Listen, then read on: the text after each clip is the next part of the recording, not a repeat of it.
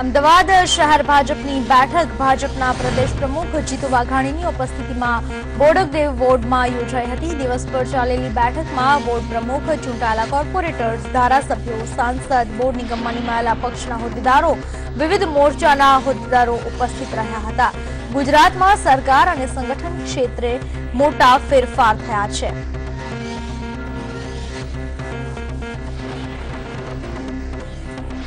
जैन समाज द्वारा गुजरातना प्रथम जैन मुख्यमंत्री विजय रूपाणीનું અમદાવાદમાં બહુમાન કરવામાં આવ્યું હતું, જેમાં મુખ્યમંત્રી વિજય રૂપાણીએ મહત્વની જાહેરાત કરી હતી।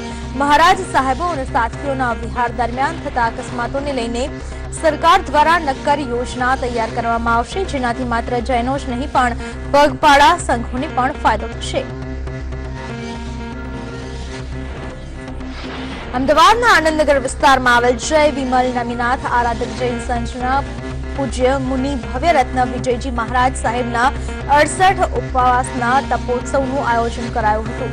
આ પ્રસંગે મુખ્યમંત્રી વિજય રૂપાણીની ઉપસ્થિતિમાં મુનિ ભવ્યરત્ન વિજય મહારાજ સાહેબના ઉપવાસના પારણા કરાવવામાં આવ્યા હતા।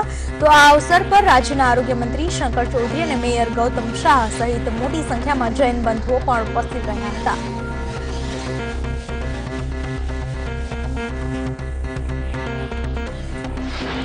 અમદાવાદનું સરદાર વલ્લભભાઈ પટેલ એરપોર્ટ હવે નાના એરપોર્ટથી જોડાઈ ગયું છે, જેમાં ગુજરાત ટુરિઝમના સહયોગથી શરૂ થઈ નવી સેવા વેન્યુરા એરલાઇન્સ દ્વારા સત્તાવાર પ્રારંભ સોમવારથી એટલે કે આજથી થઈ રહ્યો છે। સુરત અમદાવાદથી 9 સીટર એરલાઇન્સ પ્રાયોગિક ધોરણે ચાલુ છે, પણ તેમાં નવા શહેરોનો ઉમેરો કરવામાં આવ્યો છે। આઈડીએસ એટલે કે ઇન્કમ ડિસ્ક્લોઝર સ્કીમના નામે કેન્દ્ર સરકારે છુપી આવક જાહેર કરવાની સ્કીમ અમલમાં મૂકી છે। છુપી આવક જાહેર કરવા માટેની આ છેલ્લી તક હોવાનું કેન્દ્ર સરકારના રેવન્યુ સેક્રેટરી હસમુખ અઢિયાનું કહેવું છે। આગામી 30મી સપ્ટેમ્બર છુપી આવક જાહેર કરવા માટેની છેલ્લી તારીખ છે।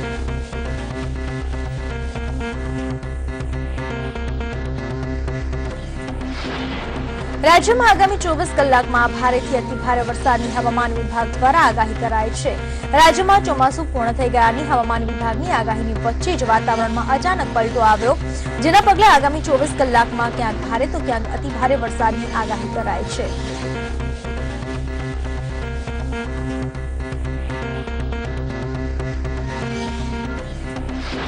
રાજ્યમાં લાંબા વિરામ બાદ ફરી એક વખત મેઘરાજાએ ધમાકેદાર એન્ટ્રી મારી। તાપીમાં ધોધમાર વરસાદ વરસ્યો। અમરેલીના લીલિયાની ગાગડીઓ નદીમાં પૂરની પરિસ્થિતિ જોવા મળી, જેના કારણે અમરેલી પાલીતાણા હાઈવે બંધ કરાયો, જ્યારે રાજકોટના જેતપુરમાં પણ ગાજવીજ સાથે મેઘરાજાનું આગમન થયું। ખેડા, સંતરામપુર, નવસારી તેમજ સાવરકુંડલામાં પણ ધોધમાર વરસાદ વરસ્યો। રાજકોટમાં પણ ધીમી ધારે વરસાદ વરસ્યો। ભાવનગરમાં પણ વરસાદી માહોલ વચ્ચે બોટાદ જિલ્લાના અનેક સ્થળોએ વરસાદ વરસ્યો। છોટાઉદેપુરની ધાંધર નદીમાં નવા નીર આવતા કાંટેશ્વર પાસેનો વિસ્તાર સંપર્ક વિહોણો બન્યો। ગાંધીધામમાં પણ મેઘરાજાની પધરામણી થઈ। અનેક વિસ્તારોમાં સુસવાટાવાળા પવન સાથે વરસાદ શરૂ થયો। લાંબા સમય બાદ મેઘરાજાની સવારી પાછી આવતા વાતાવરણમાં ઠંડક પ્રસરી જતા લોકોએ રાહતનો શ્વાસ લીધો છે।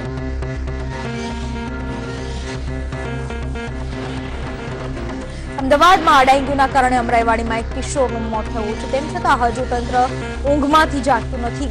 અમદાવાદમાં રોગચાળાને નાથવામાં તંત્ર નિષ્ફળ સાબિત થયું છે, જેના પગલે 1200થી વધુ રોગચાળાના કેસીસ નોંધાયા છે, જેમાં સાદા મેલેરિયાના 825, ઝેરી મેલેરિયાના 80, ડેન્ગ્યુના 30, ઝાડા ઉલટીના 140, કમળાના 95, ટાઇફોઇડના 102 કેસ નોંધાયા છે।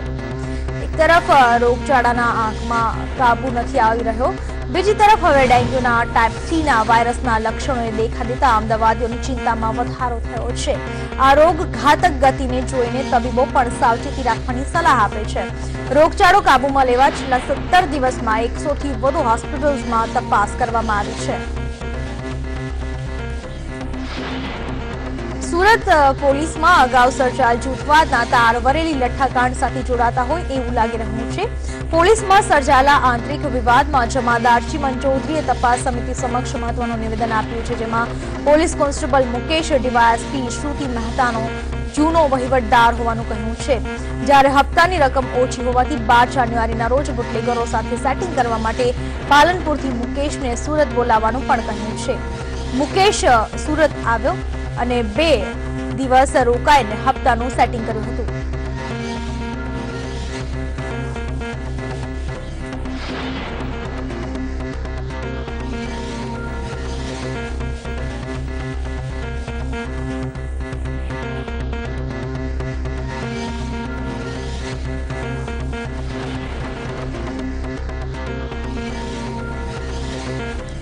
અમદાવાદ એરપોર્ટ પર આઈપીએસ અધિકારી અને પીએસઆઈ વચ્ચે ઘર્ષણ મામલે પીએસઆઈ આરએફ ચૌધરીને સસ્પેન્ડ કરવામાં આવ્યા છે.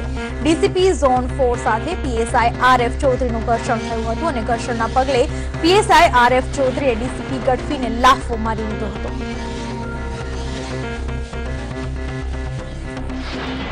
છોટાઉદેપુરના બોડેલી ગામે ગાયે આતંક મચાવ્યો છે, જેના ભયથી લોકો ઘરની બહાર નીકળતા પણ ગભરાઈ રહ્યા છે. ગાય મહિલા પર શિંગડાની અડફેટે લઈ મહિલાને અધમૂળી કરી દે છે. કેટલાક લોકો લાકડીઓ લઈને પાછળથી આવે છે અને મહિલાને ગાયથી છોડાવે છે.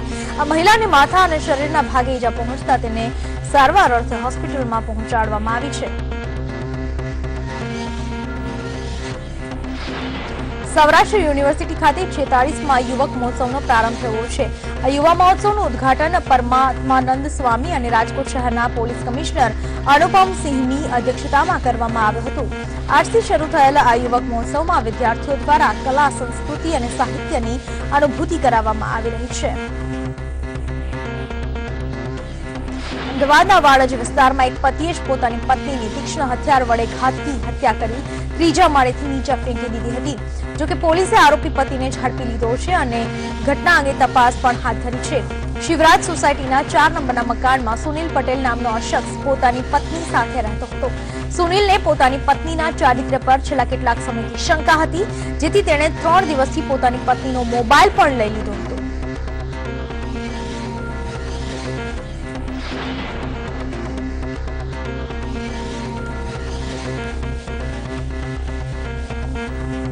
પાસપોર્ટ કચેરીએ જ ગંભીર બેદરકારી દાખવ્યા બાદ ઉલટા ચોર કોટવાલ દાંડી જેવો ઘાટ જોવા મળ્યો.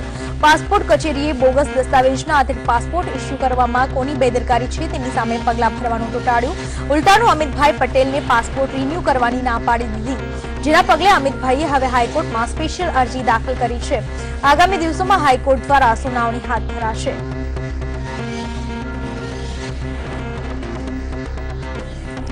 અમિતભાઈ પટેલ પાસે આમ તો 2 પાસપોર્ટ છે, જેમાં પહેલો પાસપોર્ટ 1999માં કઢાવ્યો હતો.